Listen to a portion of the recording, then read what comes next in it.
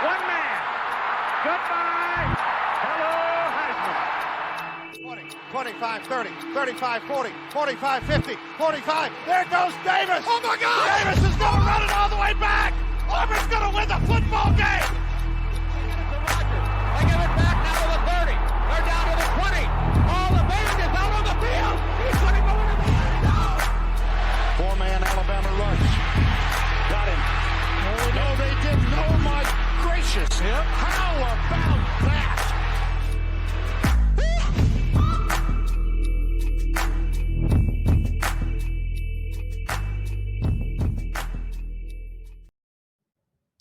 Ladies and gentlemen, boys and girls, welcome into another edition of the Three Technique, the college football podcast at the intersection of the X's and O's and the Jimmies and Joes. It's Trey Reeves. It's Garrett Turney. Garrett, we are almost done with your school year. Any musings on the end of another amazing school year? Oh man, I don't know if we want to go there with what can you contractually say that's positive right now? I think I might be required to say no comment. No, it's good. Obviously, I think as the summer's rolling in, everyone's getting excited. I think a lot of people looking at the 250th for the country as a big moment. Obviously, Absolutely, yeah. with the World Cup and everything else, I think there's just a lot of excitement and a lot of people getting ready to. Just embrace a fun summer. And obviously we're just a short summer away and hopefully a decent, kind of bridge of a summer away to college football season, which obviously we're pumped about. There's a lot to be excited about this summer. Okay, quick tangent because you mentioned it. You're a soccer guy. Yeah. Yes. Do you feel like the World Cup is not getting the hype that it should? Yeah, it feels weird because so obviously games are getting played where I am, right? Like 10 minutes from where I am, there will be games that matter. It's weird because I feel like not a lot of people are really talking about it here. And I think obviously to some degree, it's just because it hasn't started yet. I feel like what's going to happen for Team USA is, they're going to play and they're going to be scheduled to play on a Thursday and the Wednesday before. Everyone's going to be like, all right, get your jerseys, get your colors. Let's do it. Let's figure it out. And so that feels like what's going to happen to kind of the casual American fan. I will say the one thing that's been fascinating to me has been seeing all of just the different populations from Europe and other places around the world that are planning to travel that are talking about walking locations. I saw some people having a discussion about hey, I'm going to be putting, and if you don't live in DFW, this won't make a lot of sense to you. They're like, hey, I'm planning on being in Frisco. Is that walkable to AT&T Stadium? I'm just like, buddy, in Texas in June and July, is that walkable to Frisco? If you start now, it you might got a be. couple of weeks. Yeah, that's if you're not from plenty Texas. Of water with you. If you're not from Texas, that's a good 30 miles, right? I would say 30, 40 miles probably. Yeah, it's and you gotta dodge freeways, and it's 6-lane freeways either direction, around the airport and everything else. It's not a friendly drive or a friendly walk, I suppose, either. Yeah. There's going to be a lot of disappointed Euros, I would say, and maybe other parts of the world as well that are expecting walkable cities. There's a Walmart right next to AT&T Stadium. It's kind of scenic. Yep, you can see. But don't park there. God, do not park there. No, seriously, they'll get you for that one. You will never see. You can go park in little business parks over there, kind of by the ballpark and everything. There's guys that'll make good deals with you over there, and go buy Hurtado barbecue right beforehand if you're looking not a for sponsor. Yeah, not a sponsor, but they absolutely could be. I will show up to Hurtado every single week to do the live show if they want me to. Obviously, that's probably a little bit late for them, but I'll do that if they want me to. Sign me up for that too, man. Well, come for the college football, stay for the geography lesson if you are coming to our great nation for the World Cup this summer. For all of our international listeners to our college football. Hey, listen, I have pulled up our metrics, and it's probably somebody with a VPN, but we're a little bit international. We've got a few. Yeah. And one of our videos did crazy well in Germany for no reason, and I was like, there's got to be guys on a military base over there that are watching it, because there's no reason why Germany was locked in. I think it was for Virginia or something like that. I'm like, why is Germany locked in for Virginia? What's happening? There's one guy that's just really avid. He's really mad that his Bundesliga team is at the bottom of the table, and by golly, he's going to pick a team to jump on in the ACC. Bonjour to everybody listening abroad. We're very excited that you're here. Our American friends as well. We have a fun episode. We're doing part 2 of our quarterback tiers for 2026. We're going to break down the SEC and ACC tonight. If you're looking for Big 10 and Big 12 takes, that's one episode in the past. So just scroll up a little bit on the podcast feed or the YouTube channel, and you will find those takes. But we are going to do SEC and ACC tonight. Garrett, we do have some news before the start. A couple big things broke. First of all, on a serious note, the Ahmad Hardy situation is absolutely insane right now. Looks like, thankfully, he's in stable condition. If you haven't heard, he was apparently shot at a concert this past weekend. Was in stable condition for a while. Looks like he has been released, maybe. I think I saw today, and is looking to rejoin the team relatively soon. But just an absolutely scary situation for a guy who should be one of, if not the best running backs in the entire country this year. Yeah, and obviously, like, who he is, like his life, that matters way more than football. Obviously hope that he's okay and makes a speedy recovery and can get back to, living life the normal way. Obviously, hopefully for him and for his team, he'll be able to go and play a bunch. Like, that'll be obviously the goal for him, is to get back onto the field. But obviously much bigger than football. Hope that he's okay. Prayers up for him and his family right now, because obviously it's a tricky situation, especially because it feels like it was like a weird one-off situation. Like, if it's at a concert, that's like the weird type of thing, Yeah, at a concert, just something you think that you're okay, and then all craziness breaks out. But yeah, absolutely, thoughts and prayers to him and his family. Hope for a speedy recovery there, so that number one, that he's okay, and that we can be blessed to see him on the field this fall. Second, Garrett, a little lighter note, we do have some game times released by ESPN and ABC. So that's a sign that the offseason is speeding up as we get towards the end here. And that's always a fun thing to look at as those start to trickle out. I sent you a screenshot there with some of the announcements, at least on the ESPN side of things. Anything jump out to you? So obviously, first off, Aer Lingus has become probably one of my favorite traditions to start college football. I know people are going to complain about it being like overseas and everything. I've kind of come to love Aer Lingus and just what it is over the last couple of years. And so, North Carolina and TCU, that'll be noon over here in the States, obviously. So I'm really excited about that. That's going to be a fun one. Probably a walkable stadium, if I'm going to guess. Probably walkable stadium. Just don't fist fight outside of it. Ask your parents if you don't know what we're talking about.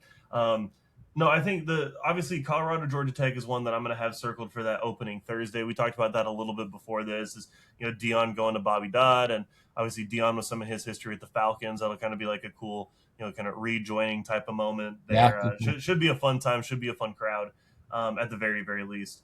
And then we're getting a lot of sort of last year matchups that are flipping. So like if you look at like Baylor Auburn, that one's happening in Atlanta as well. That one opened up the season last year, obviously with Auburn prevailing there. LSU Clemson as well that night, that opening sort of that week one, which is, last year we thought that was going to be like the one for all the marbles, the inside track for the playoff, and whoever won that was going to be number one, and who's going to stand in their way, signature win for your playoff resume. Didn't work out that way for either team, unfortunately. So obviously it'll be kind of interesting to see if that game matters that much. Obviously not in terms of like you want to play the game and win that, but in terms of the broader sort of situations that happen in college football, what that game ends up meaning will be pretty cool as well. And then up and down this list, it's really cool to see that we have a couple of games set for rivalry week. Cool to see that TCU and Texas Tech are going to get their kind of standalone on Thanksgiving night. Thanksgiving night. Yeah. Love that game. It'll be really, really fun to watch that specific one with as heated as it probably is going to be. Both teams, I think, will probably be pretty good this year. And then obviously the slate for the Friday, you got Mississippi State, Ole Miss. That's Egg Bowl. That's the noon game. You got Florida State, 3:30. And back to Lone Star on Friday night. Texas A&M once again should be a really fun one as well. Yeah, Friday Night Lights at Kyle Field. One other one that's a guaranteed night game that I love, Lane Kiffin's return to Ole Miss, especially after some of the things that have come out that he said this week about recruiting at Ole Miss, allegedly. Absolutely insane, yeah. We don't have to necessarily get into that on this show, but Ole Miss was just kind of catching strays from multiple directions so far this week, from their former coach, from Yeah, Steve what's Sark doing Sarkisian. too? Yeah. Yeah, Sarkisian talking about basket weaving being a class there, just all kinds of strays going And in look, the direction of Oxford. But they'll have the opportunity for the last laugh there in a night game, week 3, and that's going to be an amazing scene. look, maybe I shouldn't be saying this with the position that I currently occupy for my day job, but we get it. It's 50th out of 50 state there in Mississippi. It is what it is. Last I checked, academics, grades, and GPA don't win you football games. And among all those teams talking Texas, LSU, and Ole Miss, I remember one of those teams, I think, was in the semifinals last year. Hold on, let me check my memory again. Wasn't Arch Manning in the Texas Longhorns, and I don't think Lane Kiffin was the coach of that team either. So I'll have to go back and check my schedule from last season. But I think one of those teams was playing football at the end of the year. Yeah, I think that's what the Ole Miss AD basically said today. Was it seems like our success is making a lot of people uncomfortable around the It league, sure and seems like it. Good for you, Ole Miss. Fight back. yeah, absolutely. And I will say it is just kind of funny to hear a coach at any institution talk academic smack. Like they don't get to probably bend the rules a little bit for their athletes. Like Right. let's just be real, Sark. Come on. It happens everywhere. Let's not act like if Arch Manning was really struggling with Calc 2 or something that they wouldn't find a way to get him eligible. Not saying that Arch would struggle with Calc 2. Maybe he's really, really smart. I don't know. But yeah. And, well, speaking of Texas too, one other game that I don't think we mentioned was Ohio State at Texas is a night Big game, night game. which should have happened last year. Again, I don't know what the shoes allergy to fun night games is outside of just I guess Fox at the big noon. It's Fox. That's all it is. Which I cannot believe, and the Ohio State fans, all the Ohio State fans too, that just cannot freaking get a night game that matters. Right, and the Ohio State fans desperately want it. Even their AD was trying to talk Texas into moving to Sunday night just so they could play a night game. Well, and I know that Ohio State won that game, but a night game in Columbus probably makes things a lot worse. I mean, we saw how shaky Arch came out in that game. That game was happening in the middle of the day. Night game all day to think about it, and then Arch comes out shaky. They probably would have won that game by 20 or 30. That it would have been a very different game, I think. So you flip that, obviously Ohio State with a little bit more experience at the high levels. Obviously this year, the quarterbacks for both teams have now had a year of experience under their belt. It'll be really interesting to see how Ohio State goes on the road to Austin in a night game, probably going to be packed, probably going to be jumping from the go. It's going to be really interesting to see how they weather that storm and maybe see if Texas can get their get back a little bit. Yeah, I mean, we saw it with the Lone Star Showdown last year, right? How that crowd is kind of the stereotype of the Texas crowd is a wine and cheese bunch, right? That is a little bit fair weather, but when they are jumping, there's still 100,000 people in that room, in that stadium. So don't come out and get down, or else the fans might turn on you. You got to be sharp off the bat, but I mean, if you're staying in that game and it's halftime, I think you're probably feeling really good if you're the Longhorns. And obviously, I know some Texas fans are going to tell us that they're going to win by 50. How could we ever doubt the greatness of Texas football? It is what it is. This is also a pretty good team that's coming to town. I don't know if you've heard of the Ohio State Buckeyes. They're okay. But yeah, so it should be a really good game. For me, one of the better games of the season. Maybe we do our roadmap again this year and we end up in Austin for that game. So Good professional segue there. That is one of the shows that we have on the docket coming up. If you remember last year, we did our epic college football road trip where we picked. And it seems to be catching on in popularity. It's catching on. There's been some prominent college football voices that have I maybe drawn some inspiration from this humble show on this corner of YouTube. But we're excited that is catching on, and I'd love to see the works cited page for that one. But listen, regardless, if that certain bald white T-shirt man wants to come on the show and talk about it, I would absolutely love. Would love to. Yeah. So he's more than welcome to. Hey, I've got the white T-shirt. Okay. We can all match. I'll wear one that night. I do have hair though. Okay, I got. I know I'm wearing hats most of the time on here, but I do have hair. He can go from interviewing presidents to slumming it with us, and I'm sure he would probably feel a lot more comfortable with us, honestly judging by his posture in that interview. But that was pretty fun. I digress. That is a fun episode that's coming up in the next couple of weeks. If you have an idea, we're definitely going to talk about some of the games that were on that list. But yeah, if you have an idea, let us know where we should go and pick out on a dream college football road trip for those for that upcoming episode. Make sure that you're following along on Instagram and Twitter at 3TechPod. Subscribe to the channel. Helps keep it free. Helps keep us churning out content all off season long and all the way into preview season and all through the regular season and postseason. Garrett, there's one more thing that I forgot to add to the show doc, but I did want to get a quick take on you real quick. It does look like a 2014 playoff is potentially moving forward. The coaches were polled last week, and they were they approved. I say approved. They don't really have any voting power for the actual sport, but they endorsed, I guess I should say, a 2014 playoff and adjusting the calendar a little bit, as well as potentially removing conference championship games. So, just real quickly, that's a bigger conversation. We could probably do a whole podcast on that, but just quick thoughts on those takes from the coaches. The adjusting the calendar is good. Like, that is objectively a good thing. We need to fix the calendar. That's been a disaster for a little while now. So it's a good thing that we're doing that. Obviously, 24 teams, I think, jumps the shark. It's starting to get to a point where, yeah, it's a little bloated. And for the anti-expansionists that were saying, like, haha, we told you so, the answer was never 4, and it definitely wasn't 6. I think we got it right with 12. Could have made a case for 8. Like, I could have been, kind of amicable with 8. That'd have been fine. But yeah, I think at this point it's like, okay, well, 24. Like, what are we doing, right? Like, what's the actual objective? We complain that the bottom couple of teams from the G5 never really have a chance or whatever. Like, you're doing more of that. Like, it's not like, we had James Madison doesn't stand a chance in their game, or Tulane or whoever else that turned, Boise last year, right? Like, all those things turn out to not be competitive. It's like, like, okay, we throw Missouri in there, or like some of those teams that hang out around like the end of the season that might hang out around that like 20 to 25 range. Is that all of a sudden going to be like way more competitive? And if you're going to complain about conference bias and rankings, like, do you think there's going to be less SEC and Big Ten teams that make it? Like, obviously not. Yeah, you're absolutely right, and it's going to be even easier for power conference teams to make it.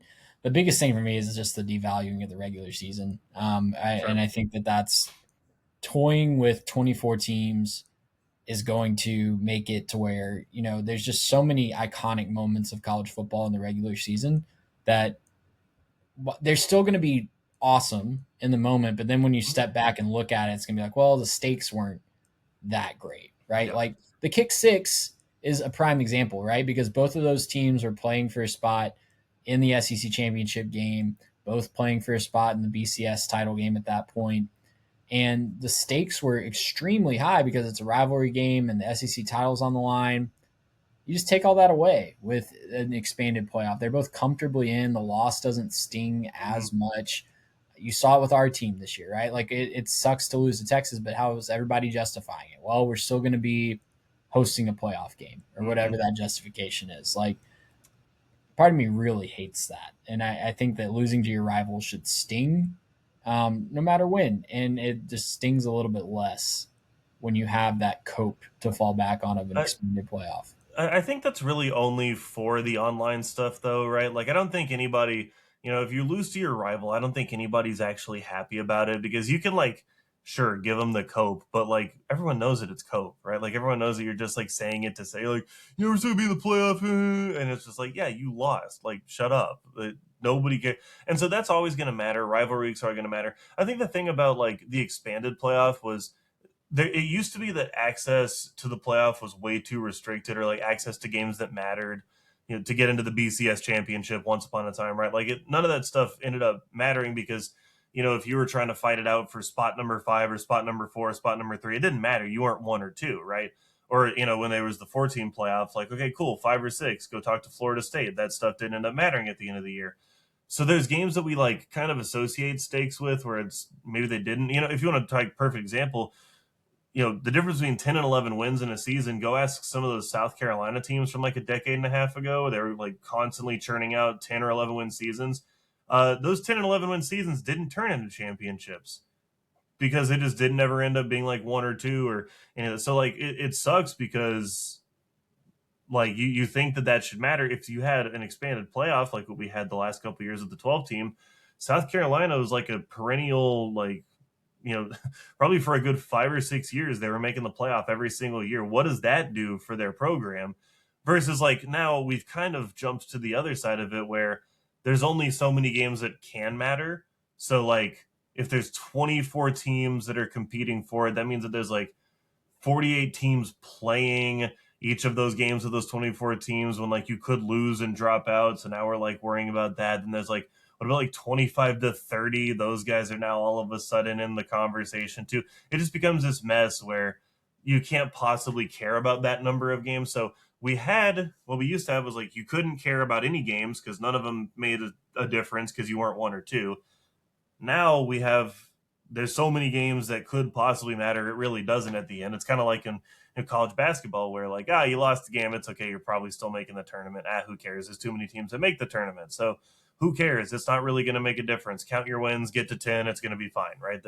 It's kind of sad that it's getting to that spot. We had a sweet spot. We really did have a sweet spot where things felt alive and fresh. And at the end of the season, there were still lots of teams competing for it. We lost it. Like I said, we could do a whole episode on this. Maybe we will at some point, just kind of breaking down our thoughts on that. But that's the coaches, what the coaches approve. And I think that we're just a few steps away from probably seeing that happen, maybe in time for the 2027 season. So we'll keep it here and we'll keep you updated on our thoughts on all of those going on. But for now, let's shift back to 2026. Let's talk about some quarterbacks. Like I said off the jump, we're talking SEC and ACC quarterback tiers tonight. If you want Big 10 and Big 12 takes, go back one episode. We talked about it last week. Just to recap, we are not ranking them individually, but we are breaking them into tiers in each conference. So our tiers here are championship level QBs. And when we say championship, again, we mean conference championship. We're thinking that quarterback play could be good enough in a vacuum to win a conference championship. We have capable bus drivers, not a slur. It's a compliment. So don't be drawn offside by the bus driver moniker. One blank away wild cards, projects, and maybe next year, and then negative WAR wins above replacement. Garrett, we'll start with the SEC here. I got to say, I think there's a very high floor this year in the SEC quarterback-wise. I don't know what the ceiling is necessarily. I think that's really in flux. I don't know that there's necessarily going to be that superstar Heisman level quarterback on a national stage. Maybe Gunnar Stockton can step into that. Maybe Sam Leavitt puts up a lot of numbers in that Lane Kiffin offense. We'll talk about both of them in a second. But I'll just start at the bottom, actually. I have no one in the negative WAR tier. I think that the floor is going to be higher than it has been in years past. There's been some rough quarterback play in the SEC over the last couple of years. I think that floor has been bumped up a little bit. So I don't have anyone in that bottom category. Yep. Now, jumping back up to the top where I say I don't know how high the ceiling is, this is the conference championship caliber quarterback tier for me. It's 4 guys: Gunnar Stockton at Georgia, Sam Leavitt transferring in to LSU from Arizona State, Trinidad Chambliss at Ole Miss, and Arch Manning at Texas on the back of his awesome close to the end of 2025. What say you about those 4 guys?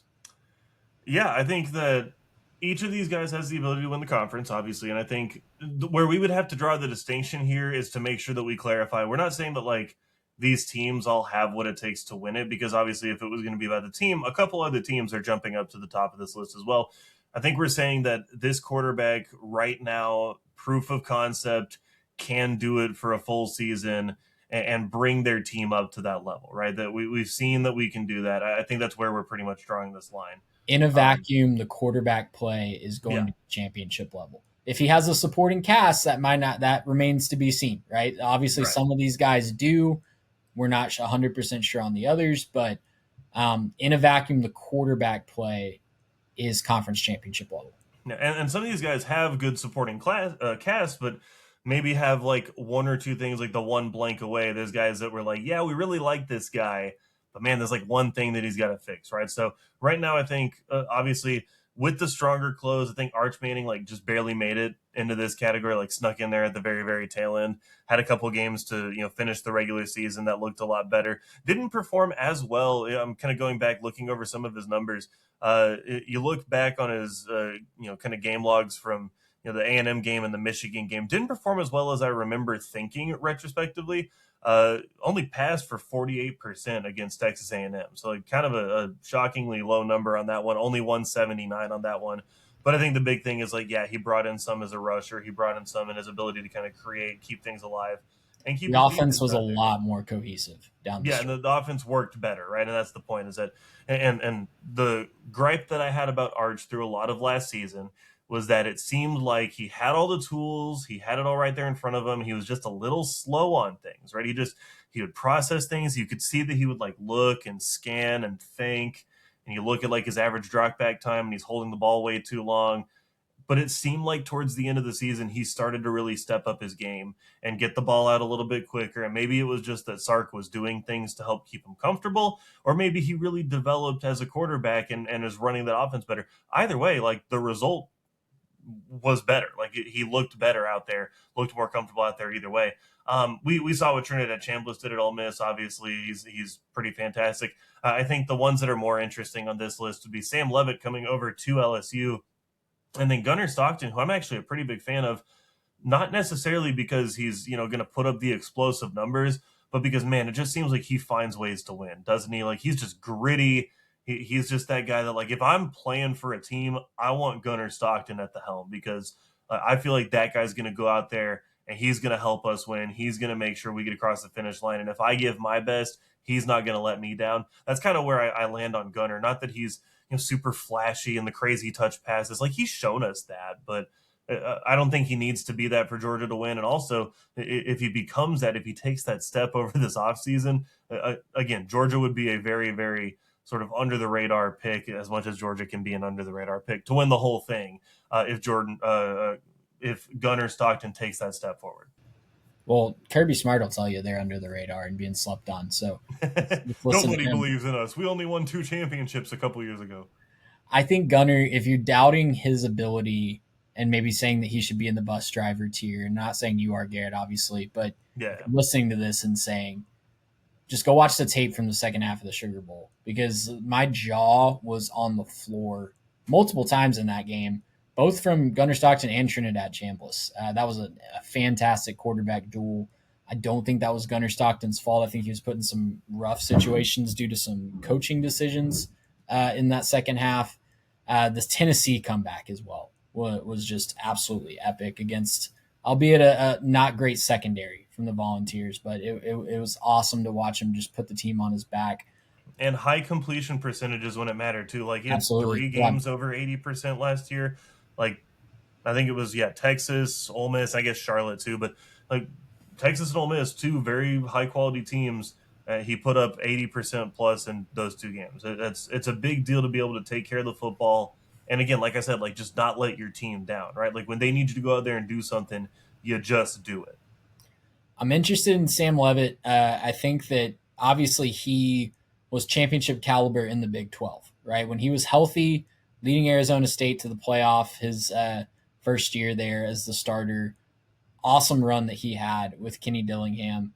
He's going to be in an offense that puts him in a great place to succeed. We know Lane Kiffin can do that with whoever he has at the quarterback position. He did it with a D2 transfer last year and turned Trinidad Chambliss into maybe the best quarterback in the SEC.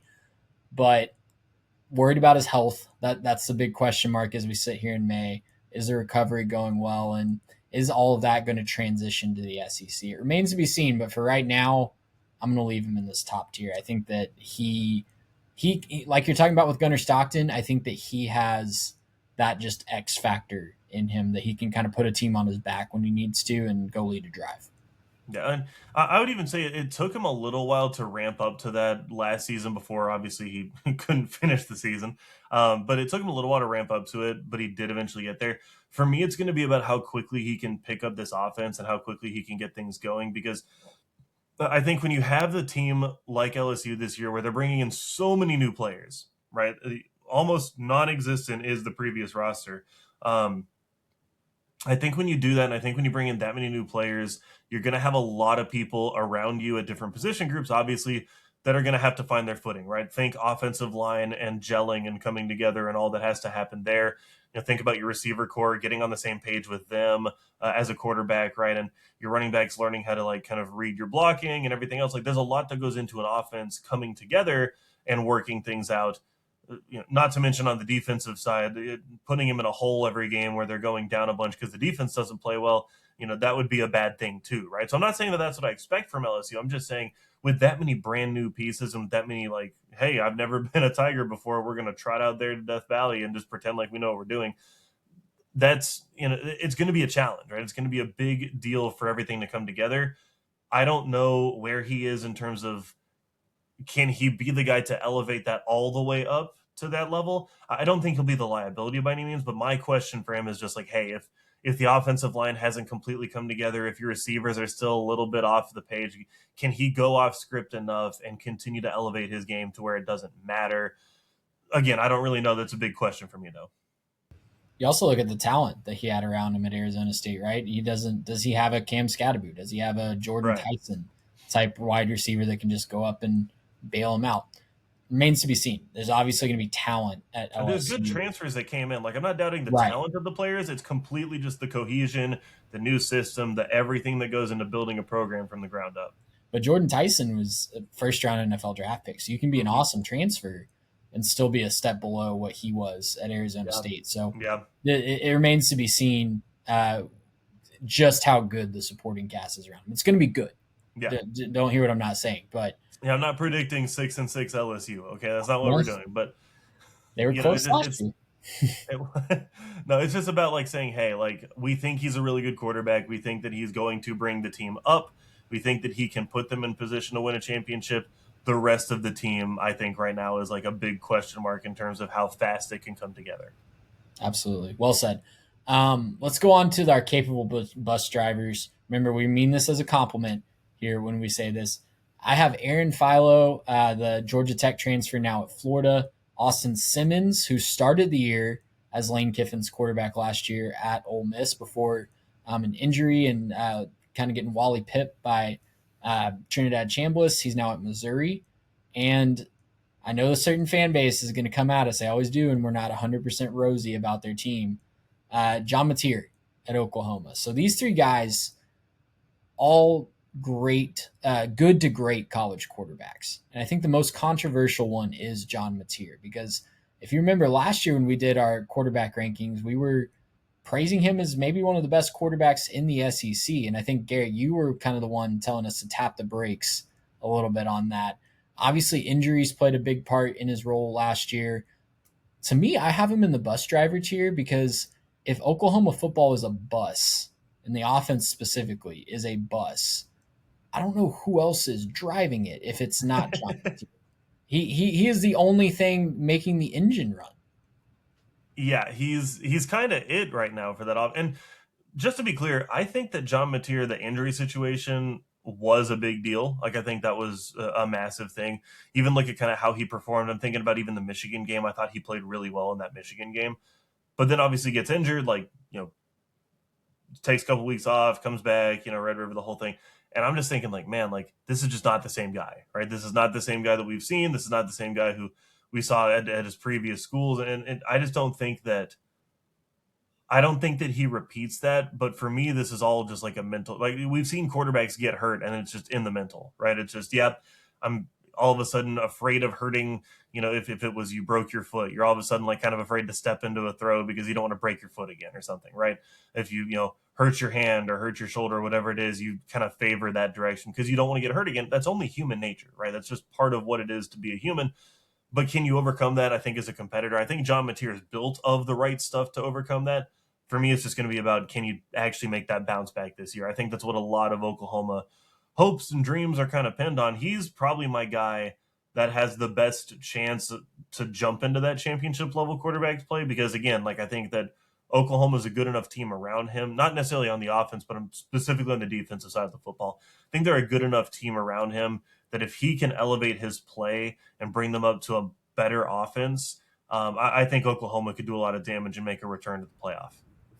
Yeah, I think that's absolutely right. They definitely have the defense to do it too. So it's not if the offense can just be above average, you're looking at a team that could make a run. And did they bring their kicker back too? I don't know if he was. I'm not sure. But if he's back on the team, like your nails, man, and that's gonna be a lot of fun. Look out for all the 5-inch inseam shorts around town because they'll come get you too. I was about to say there's going to be a run on short shorts if he's back. The chubbies or whatever it is that he wears for his football uniform.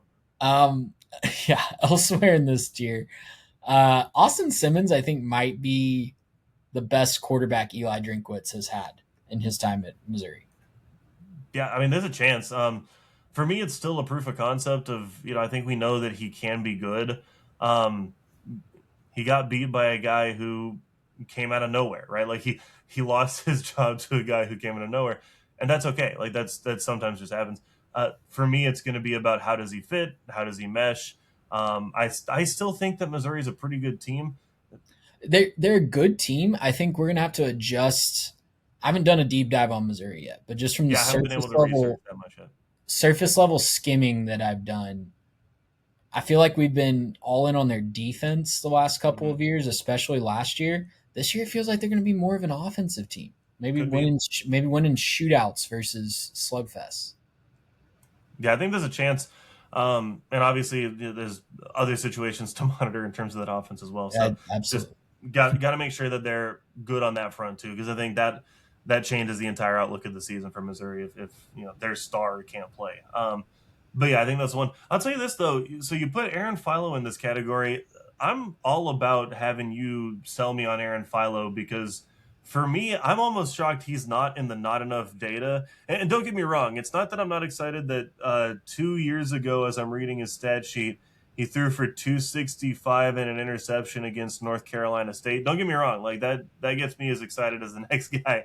I think for me, I'm just kind of like, okay, I've heard a lot about it. Are we doing a little bit of a Gator, like shading that direction because we think that the Gators should be good? Are we just believing in that? He had a good game last year against Gardner Webb. For whatever that's worth. I'm not saying that he's a bad quarterback. Like I feel like I haven't seen enough of him to really believe that he can take Florida. Brother, you're this show's resident Georgia Tech truther. I can't believe you're not. A lot of that was run by the Haynes King show the last couple of years. Yeah. Well, but when Haynes King had his arm dangling out of its shoulder socket, like who stepped up and kept that train on the tracks? It was Aaron Philo. Well, and somehow it was also still Haynes King. He just ran back out there with the shoulder hanging out of his socket, like give me the rock, coach. So Philo was more of the passing threat when they kind of did a little bit of a 2 quarterback thing for a little bit with Haynes King. I think he is going to bring nice continuity because Buster Faulkner is also coming over from Georgia Tech to be the offensive coordinator. So I think him already knowing the offense, it's a great offense. It's a great scheme. It's one of as a Texas A&M fan, when I found out we were losing Colin Klein, I was hoping we would give Buster Faulkner a call personally because I love what he does schematically. And I think having a guy that has run that system and run it successfully, albeit in a backup role, but he kept that Georgia Tech train on the tracks when he was called upon multiple times throughout his career in Atlanta. So I think it's going to translate just fine to Florida. Yeah. Oh, and to be fair, he did throw a touchdown in that Miami upset. So like he's done it against good teams. Like it's not like he can't. I'm not doubting him necessarily. I think for me, I'm definitely curious to see what he looks like, and I'm just not 100% sold on what he is yet. I also, and this might be a little bit of a bias on my side, but I feel like I've heard Florida talk up so many guys in previous years that I got a little bit of Florida quarterback skepticism. Like I'm falling for him because I also didn't fall for Graham Mertz, and like I thought that DJ Lagway was going to be that guy, and he kind of was, and then he wasn't. Anthony Richardson. Yeah, there's a lot of those where it's like, yeah, he was okay. Like I feel like it's been since Kyle Trask that they've had like a really good quarterback. Kyle Trask was probably the last. Forgetting somebody, but I think Kyle Trask was the last really good college quarterback. Anthony Richardson obviously got drafted really high, but right. That was on. That was a lot of tools and measurables. That was on the toolsy. Yeah, there's some scouts that fell in love with the tools. To be fair, like if he can play at that high level, we saw what happened when Kyle Trask was there. Like they made the SEC championship game, they played really well, and then everyone quit and didn't play the Cotton Bowl or whatever it was that year. But that's neither here nor there. But yeah, it was just I think for me, I'm a little bit fatigued on the I'll just believe in this guy that's Florida's quarterback thing. So look, Florida fans, if you want to come at me in the comments, that's fine. I don't mind it. Just pump the brakes. It's been a couple years since we've had a really good quarterback. Maybe this guy pans out, right? We hope that this guy pans out. But it's been a couple of years, and we haven't seen. I don't think we've seen enough out of Philo to make that judgment yet. Again, I could be wrong. Happily willing to eat crow a couple weeks into the season when he's lighting it up for the Gators, but it just is what it is for me right now. Let's move down to the one blank away wild cards. These are guys that we can see the path, but they need just one big thing to go their way to make that jump. 4 guys in this tier in the SEC, and 2 of them are in for one reason and 2 of them are in for another. We've got 2 transfers that are going to try to adjust to the SEC. Byron Brown coming up with Alex Golish from USF to Auburn. Can he make that jump to the SEC level of competition? He had moments where he was absolutely electric playing in the American, but is that going to translate against SEC defenses? And then Kenny Minchey, the former Notre Dame backup that a lot of people thought was going to win that starting job over CJ Carr last year. He comes down to Kentucky. Kentucky has had a lot of success in the not too distant past, picking up some leftover backup quarterbacks out of the transfer portal and turning them into quality starters. Can they do that again? Zach Calzada, yeah. Yeah, Zach Calzada did not work out. But sorry, Kentucky fans. Will Levis was a backup at Ohio State, I think, and there were a couple other guys. Devin Leary, I think, got passed up on the depth chart at NC State. Mixed results for sure, but Kenny Minchey, can he make that jump to full-time starter? And then 2 elder statesmen in the SEC, and Lenoris Sellers and Marcel Reed. Sellers, we saw the best of him in 2024 in that stretch run when the offense was humming. They were using his strengths. He got a lot of help from his running game, and they were calling his number a lot too, and he was making the most of those quarterback runs. Marcel Reed, we got all that whole experience, that up and down in the 2025 season, right? His first as a full-time starter, you could see the potential there in games like against Arkansas, against Missouri, where he's just efficient, distributing the football to his weapons, making timely decisions, looking like a true Heisman contender. Then you see things like the Texas game, the Miami game, the first half of that South Carolina game, and you think that this kid shouldn't even be on the field in the SEC with some of the decisions that he's making. So for me, Lenoris Sellers, my one thing is, can he be utilized in a system that utilizes his strengths? And Kendall Briles is coming in to South Carolina. He's done a lot of great work with a similar quarterback in KJ Jefferson at Arkansas a few years ago.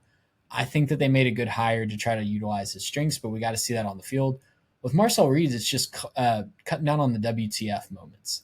Like, he will be so good for long stretches of a game, and then you just think that he's never read a cover 2 defense before and throws it right to a safety. That's exactly where he's supposed to be. So those 2 guys could be in the Heisman discussion by the end of the year. It would not surprise me either way if one of those 2 guys is in the Heisman discussion in late November, but they both really need to step up in consistency to be the elite college quarterbacks that they can be. I know Lenoris Sellers is getting a lot of NFL draft hype already, but a lot of that is on the tools, just like we were talking about with Anthony.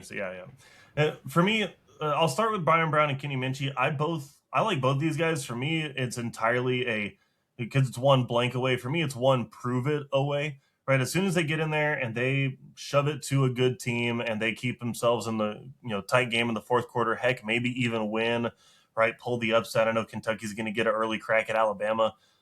You look at some of those things. I think you could do that and prove it to me, and then I'm going to start to bump these quarterbacks up the tier list a little bit.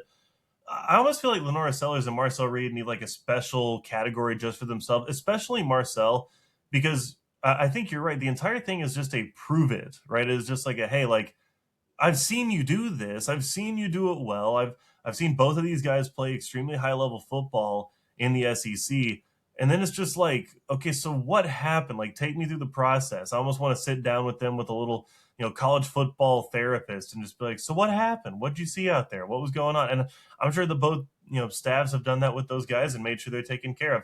For me, I think I've got a lot more hope in Marcel Reed being able to do that, mostly because, for Lenoris, it was like hey, it looks like the SEC figured him out in year 2, right? It just seemed like year 2, we didn't see the progression. They knew that he was, a good runner and he was going to run tough. When you prep for the game that week, you're going to do a lot of tackling drills, make sure everybody knows to wrap up and everything. And it seemed like it figured out Lenoris Sellers, right? He wasn't able to kind of elevate his game past that. I think we saw Marcel Reed elevate his game because if you look at the 2 years ago, the conversation was, well, he's kind of a runner and like every now and then he'll throw a good pass, but like can't really read the defense, can't really figure out what he's doing, right? He doesn't really know. He's missing wide open guys running down the field. He doesn't even see them. Not like he's missing them with accuracy. He doesn't see them running.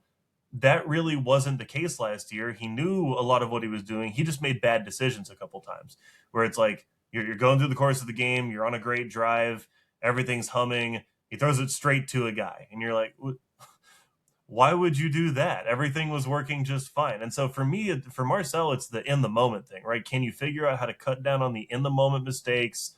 Can you help him make better decisions? Similar to what we said, like off the top with Arch Manning, was it just them doing something different to help him make quicker decisions and put him in a better situation?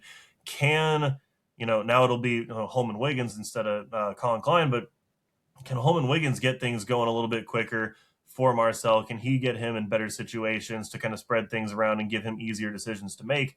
If they can do that, I think Marcel jumps up to probably the second best, maybe third best quarterback on this list.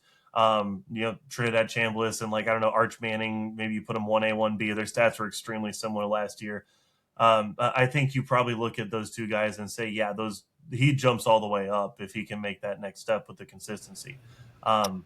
Does he do it? I don't know. And I'll tell you one thing, and this is for a couple people who maybe want to sit on the side and maybe don't do as much deep diving into the Aggies, but one thing that I noticed a lot of the guys saying in some of the media coverage, the players specifically in the media coverage, was they kept throwing around the word air raid when asked to describe Holman Wiggins and his offense.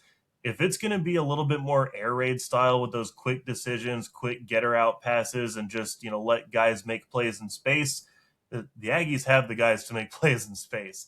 If Marcel doesn't have to think that much, they can spread it out a little bit and he can just go, okay, this is a, read on the handoff and then read on the screen. And then if none of that's there, then just run. If he can make those decisions quick, maybe make another step as a passer, I think he could be really, really special next year. Yeah, and that's why he's in the wild card tier, right? Like these guys are the high variance guys, could see it going either way. And I think the negative for Marcel is maybe the book's out on him. Maybe the teams at the end of A&M's schedule last year found a tendency, and it's up to him to make that change and be able to make that adjustment and bounce back from that potential. I'm not saying that happened, but that did happen. It's up to him to fix that. Our projects and maybe next year, just really quickly, KJ Jackson at Arkansas, Kamario Taylor at Mississippi State, and George McIntyre at Tennessee. Jackson and Taylor showed some flashes last year, especially. I was a little on the fence about whether to put Kamario in here or not, because I do think he showed enough to maybe be a wild card, but certainly guys that you can build and pour into and hopefully have a stud for next season. KJ Jackson showed a little bit of promise at the end. I know they were really excited to keep him out of the transfer portal. And then we don't have enough data on these last two, Alabama and Vanderbilt, just because the situations are a little muddy. Alabama, it's going to be a battle between Austin Mack and Keelan Russell. I'm personally pulling for Keelan Russell, the North Texas product, not North Texas University, but high school up in DFW. I'm excited to see him, man. He was electric in high school, and I think that he can translate that to college ball. And then Vanderbilt very well could be starting true freshman Jared Curtis, the #1 quarterback recruit in the 2026 class. Excited to see him which is just insane that we're saying that about Vanderbilt too. That they get. Hey, in an NIL transfer portal world where all the big guys are going to go after the transfers, and why not Vanderbilt? Like, why not go get your chance to start in an SEC school straight up? And one of the things that I just want to, I know you said it, but I want to kind of highlight it and emphasize it. Kamario Taylor, Mississippi State, I would like to slide him up a category, just a little bit of a stomp my foot protest. He is one help me away from, Mississippi State being a decent team and him really elevating his game, because man, how many times do you feel like towards the end of the season, right? We got to kind of watch him a little bit. Yeah, it's watching those games where you just like, God, somebody get out there and help this kid. Like, he's got something. Yeah, he could be special. He could absolutely be special if he has some help around him, like you said, and he has a coaching staff that is intact long enough to develop him. Let's go to the ACC, shall we? Sure, yeah. All right. Well, we spent quite a bit of time on the SEC. The ACC, maybe I'll be convinced differently when we dive in and do our full deep dives. This is still May. This is still going somewhat surface level, just kind of shooting from the hip a little bit, how we feel in late spring. But how I said the floor was very high for the SEC, I think it's the opposite for the ACC. I think the floor is pretty low, and I'm pretty convinced the ceiling is relatively low as well, just from a quarterback standpoint. 3 guys I feel really confident in playing to a championship level this year. Darian Menza, Duke transfer down to Miami. CJ Bailey at NC State, one of the most slept on quarterbacks in the country. I think that he is going to have the Wolfpack right in the middle of this ACC title conversation this year. And then Kevin Jennings at SMU. He's already done it. He's already brought a team to the conference championship game. He was right on the brink last year before an unfortunate ending out at Cal Berkeley in the last week of the regular season. And he's back. It seems like he's been there forever. And he is going to have a chance to be right there in the mix of things again. Yeah, I love all 3 of these quarterbacks. My question here is really just going to be who can take their team just that little bit of a step further. Obviously, Kevin Jennings, we've seen him. I feel like, we talked a couple times, the book is out. We know what Kevin Jennings is. He's a good quarterback. He can freaking play the game of football, and he's going to put you in a great position to win games. Can he elevate and be special, right? Can he start to really be special, really start to make plays improvised and, do things on not just every now and then, but at a really consistent level that make you go, wow, we got to really watch out for the ponies. I'm excited to see if he can take that step. Obviously, yeah, CJ Bailey, if you don't know, you're going to know. It's a guy that I think, for me, I was talking about Florida earlier of not believing in quarterbacks. I have a little bit of that with NC State of I don't know if I want to buy into them being good this year. I don't know if I want to buy in. It's been a couple years since they've actually started to be good. I might be suspending that this offseason. I got to do a little bit more digging on NC State, but I might have to suspend that because CJ Bailey's a lot of fun. And then, yeah, Darian Menza, he's a great quarterback. We saw him do it, obviously, at Duke. We saw him do it at Tulane beforehand. He's going to be able to do it, I think, again at Miami.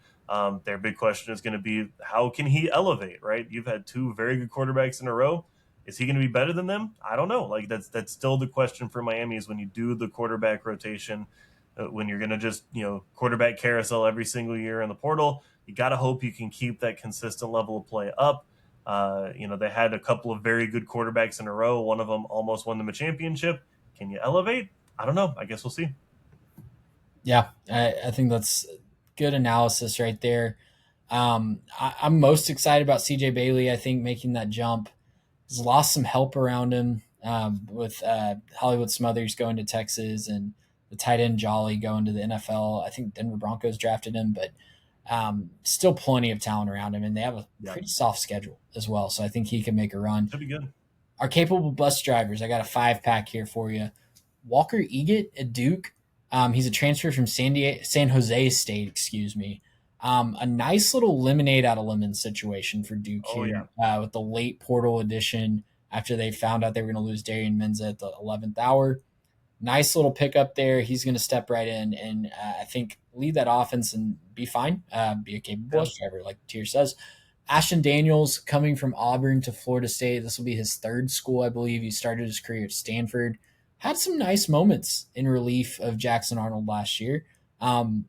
Situation at Florida State is not great to put it lightly. But yeah, I think that Ashton Daniels could be a bright spot at the quarterback position, something they have not been able to say for the last couple of years. Lincoln Kienholz, the Ohio State transfer at Louisville, I'm putting him here.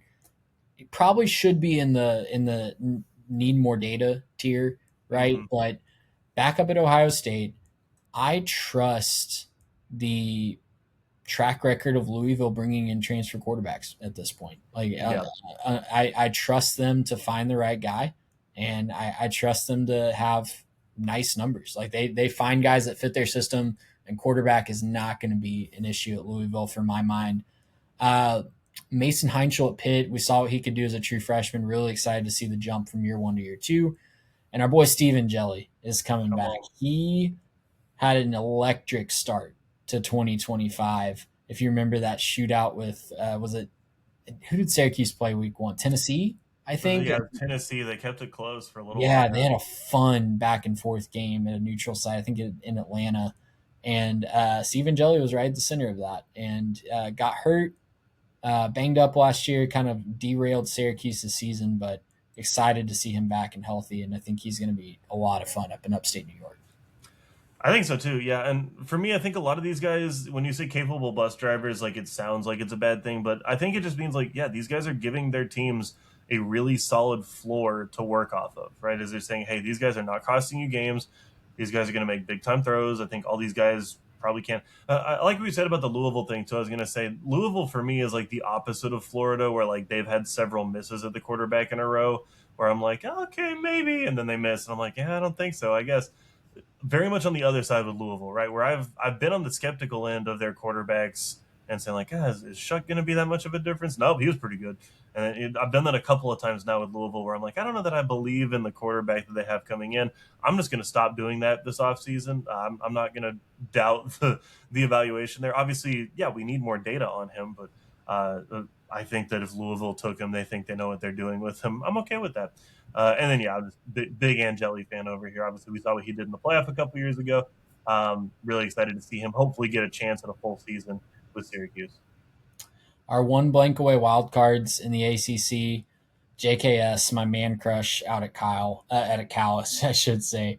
Uh, Dude is electric as a true freshman. Just some amazing moments last year. A lot of people didn't get to see it because so many of the games were on after most people went to bed. That's totally fine. Tune into a Cal game this year. They are pumped that they kept him out of the transfer portal. They can build around him.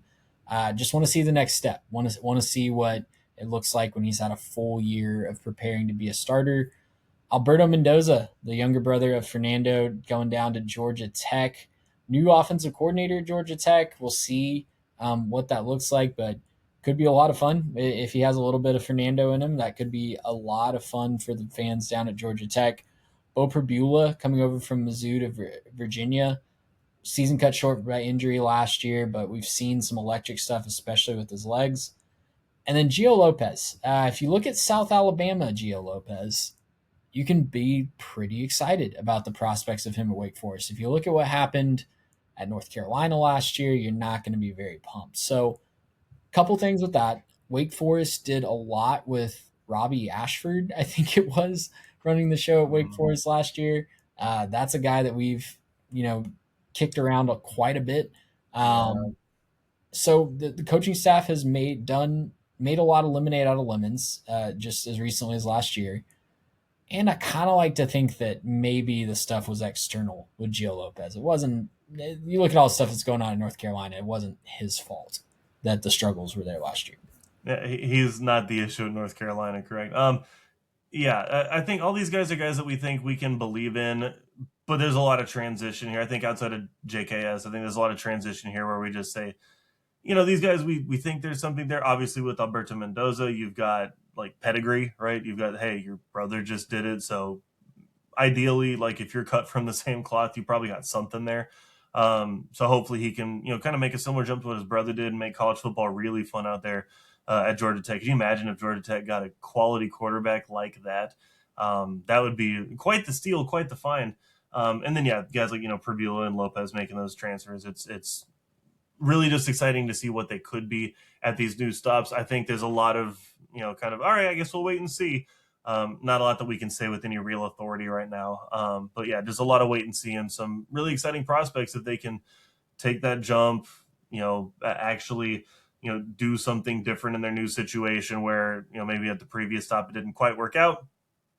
Maybe this situation is going to be better for them. They'll get their feet underneath them, fresh start, and kind of take off the way that we've seen some of these guys play.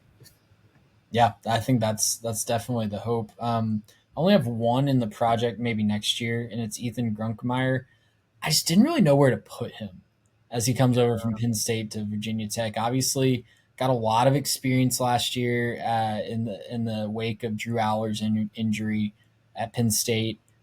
I think he needs a little bit more seasoning. He's going to get a lot of opportunities at Virginia Tech, and he's going to be facing, let's face it, easier defenses in the ACC. Yeah. So that project could go warp speed and be a finished product really quickly. But I'm going to keep him there for now. I think maybe he could pop next season. Mm-hmm. And then I have 3 negative war guys for you, Garrett. And I don't think any fan base is really going to be happy, obviously. The first one really is going to, I think, come after me a little bit, especially maybe William Cockrell. He's going to tell me why I'm really wrong. But Christopher Vizina at Clemson just doesn't do it for me, man. This is more of an indictment on Dabo, I think, not going out and trying to get the best possible quarterback that he can. There's 3 or 4 guys ahead of him on this list in the ACC alone that I'm like, yeah, plug that guy in at Clemson. Go buy that guy with some NIL money, right? But just not interested in doing that. We saw the transition. They've tried the transition model the last couple times, and it's had mixed results at best. There's some good moments when they've done that and gone with the guy they developed, but it just hasn't reached the potential. So when you talk about a replacement, a win above replacement, right, with War, the replacement is you're Clemson. You rally the fan base to get that NIL, and you go buy the best quarterback that you can. So it's not necessarily that he's going to be awful, but the replacement level at Clemson is a lot higher than some of these other places. So it just doesn't scream serious competitor to me. Yeah, and I love, just to be clear, I love that Clemson is big on culture. They're big on development. They're big on their guys. I love that. Don't get me wrong, I think that that's really cool, especially in today's day and age of college football. But at a certain point, I think you do have to start to look at yourself and say, hey, we probably should go out and be a little bit more aggressive in some of that portal stuff. Maybe see if we can't find guys that match our culture that will slide in as sort of a seamless fit, right? Well, we're not asking you to go get a guy who's locker room cancer and is going to tear the whole thing down.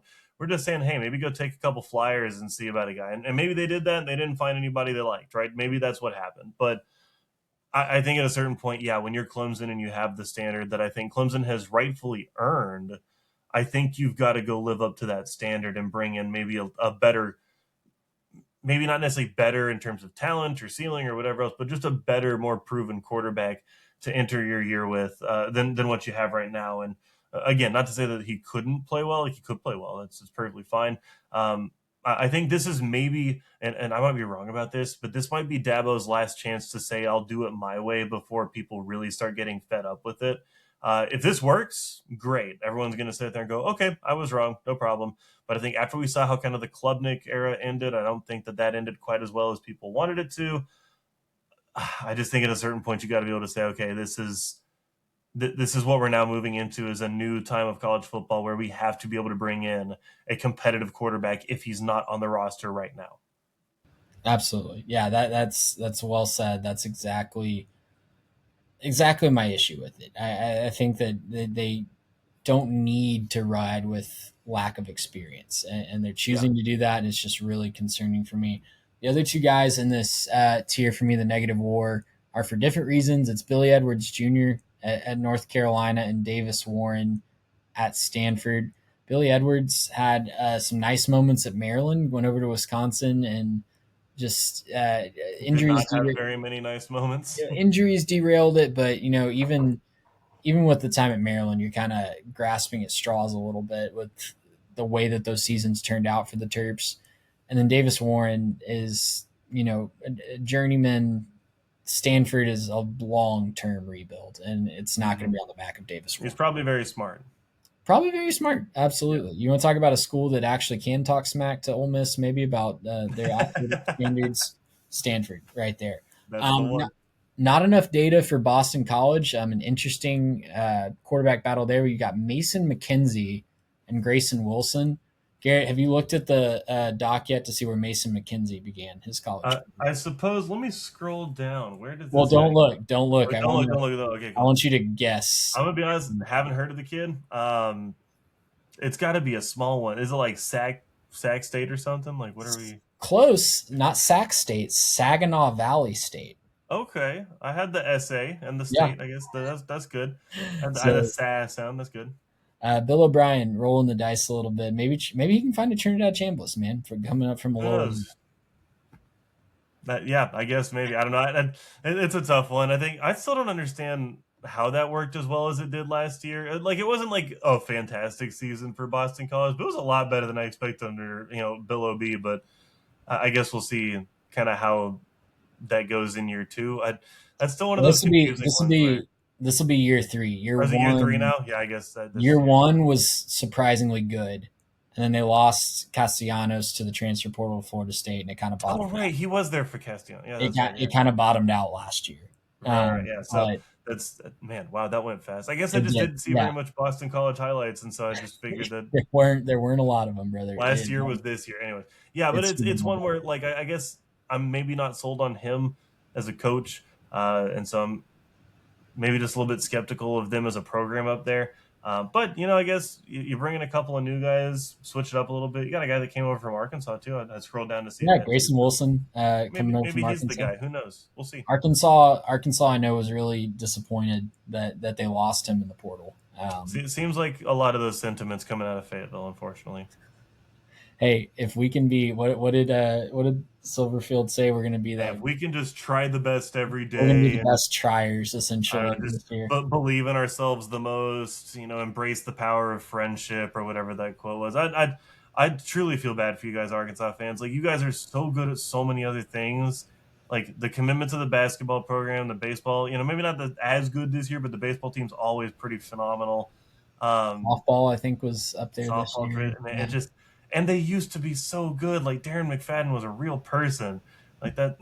Ryan Mallett. I watched Ryan Mallett freaking dominate, man. It's just, man, how did we get here, Arkansas? And that didn't even get back to the real old time Arkansas fans will talk about Frank Broyles and actually winning national championships at Arkansas. Yeah. Man, they need to get back in the Southwest Conference. That's what they need to do. Their biggest gripe is conference realignment. They're cheering on the 2014 playoff. We'll make it this year. You got to double that field to maybe have a chance at this point. Yeah.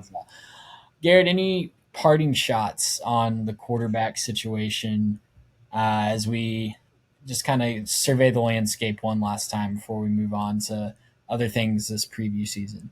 Man, look at Trey trying to get me in trouble here at the end of the episode. Any parting shots? I'm like, oh boy, hold on, let's line this one up. Yeah, no, I think the ultimate thing for the ACC is if you have a guy who can elevate your play, you almost immediately jump to the top of the conference because there's so much in the middle.